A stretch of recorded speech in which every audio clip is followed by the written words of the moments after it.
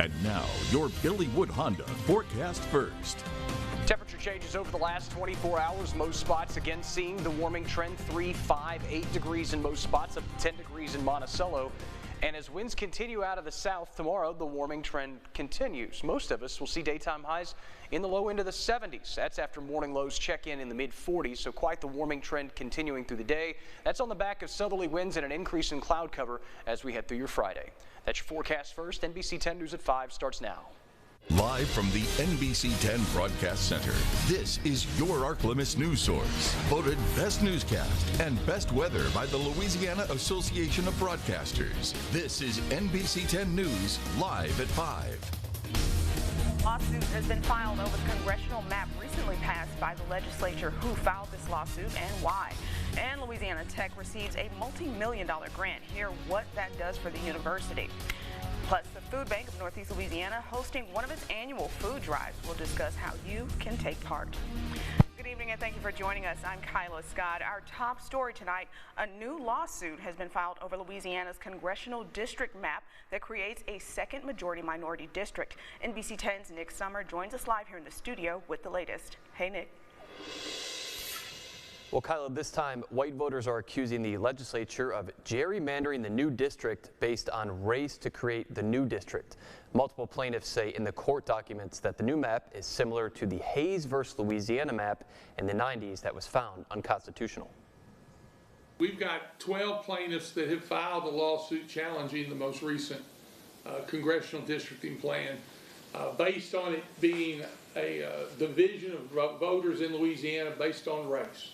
The plaintiffs in this case find issues with the 6th district stretching from Baton Rouge to Shreveport and the outline it takes to do so. And the voters that have sued as plaintiffs believe that this district simply is a barrier to the effectiveness of voters to elect and to control their own representation. The original redistricting map case was handled in the Middle District.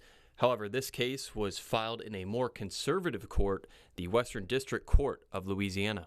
We challenge the entire map because when you do racial gerrymandering and you're gathering one voter group into one district, you inherently are discarding the other group into the other district. So you get the segregative effect upon the act of separating voters. Paul says the history and the demographics in this case are very similar to the Hayes versus Louisiana map and have already been reviewed by a federal court and have been found unacceptable. The state drew a district very similar to this one, and it was in the Hayes case. I was counsel. At first they did what was called the Zorro district, and it went across the top of the state and then all the way down the river, all the way to Baton Rouge, then looped over to Lafayette. That was thrown out as a racial gerrymander. And it was a slash across Louisiana that was done simply based upon the gathering of black voters and discarding white voters. If the plaintiffs composed of voters and civil rights groups object to a plan approved by the legislature, the district court will determine if that map is compliant with the Voting Rights Act. Reporting live in the studio for your ArkLaMiss news source, I'm Nick Summer. All right, thank you so very much, Nick. In education news, there has been major concern and questions about what to expect from the new FAFSA rollout. The opening date to apply is later than usual, highlighting potential issues. The U.S. Department of Education made a statement this week saying that many families say the new process has gotten easier, but one issue that was overlooked has actually made it more difficult to complete that application. They didn't account for inflation, and so they had to go back and adjust those tables to account for that inflation. And that's where this other delay is coming from. So if they're deciding between two colleges based on cost of choice, it's going to impact that as well, as those financial aid offers aren't going to be available until later than they usually are. Now, with the delay making a tight window for students to apply for colleges, some schools won't be able to get FAFSA data until the middle of March to early April. They encourage families and students to apply as early as possible. Students should also utilize the FAFSA guideline and Pell Grant lookup chart to make a decision that will help their pockets. Continuing our education coverage, Louisiana Tech is awarded a record-breaking grant by the National Science Foundation. The college will receive $160 million over the next decade. It was made possible through the statewide effort called FUEL, that stands for Future Use of Energy in Louisiana. FUEL partners include more than 25 higher educational institutions that work to find more efficient and cleaner solutions to reduce the carbon footprint. Louisiana Economic Development will contribute an additional $67.5 million over the next 10 years to help convert research into practical energy solutions. In a consumer alert, House lawmakers approved a $79 billion tax cut package to increase the child tax credit for millions of lower-income families. Those filing their taxes this year will see their maximum credit increase to $1,800 per child. Next year, it would increase to $2,000.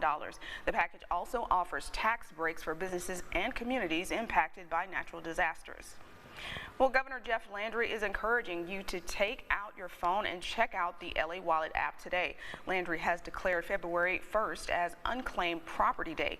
There's more than $1 billion in unclaimed money for Louisianans. 1 in 6 people are likely to have money sitting in the Treasury Unclaimed Property Program. The process of claiming those funds has gotten easier with the LA Wallet app. Happening today, 4-H and FFA students from Northeast Louisiana gathered today in Delhi to kick off their annual livestock show. This qualifying competition involves cattle, sheep, goats, swine, and even rabbits. Students have been working with those animals over the past year.